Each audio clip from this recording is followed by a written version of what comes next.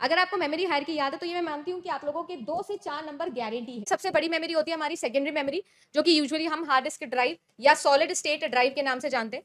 वहां से डेटा जो है वो आप लोगों की रैम के पास में आता है ना। यहाँ पर जो डेटा है वो आप लोगों के लिए पेजेस फॉर्म में रखा हुआ है। यहाँ पर डेटा आता है और फ्रेम्स के फॉर्म में आप लोगों का डेटा जो है वो रैम के अंदर आता है। रैम से फिर डेटा उठ के आता है आप लोगों के कैश के पास में, जिसको कैश लाइंस के अंदर या कैश ब्लॉक्स के अंदर हम लोग डेटा को सेव करके रखते हैं। देन फाइनली जो डेटा है वो आप लोगों के रजिस्टर्स के अंदर आता है। ये जो मैंने हायरार्की बनाई है ये इसी साइज वाइज और स्पीड वाइज बनाई है। तो यहां से अगर मैं आगे की तरफ बढ़ूंगी तो जो आप लोगों का साइज है वो क्या होगा, इंक्रीज होगा।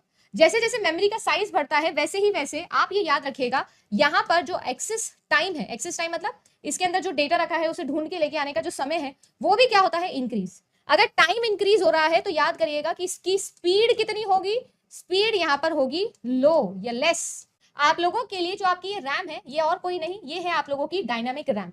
और ये जो आपकी कैश मेमोरी होती है ये होती है आपकी स्टैटिक रैम। ठीक है जी, स्टैटिक रैम जो कि किसकी मदद से बनाई जाती है, फ्लिप फ्लॉप्स की मदद से बनाई जाती है।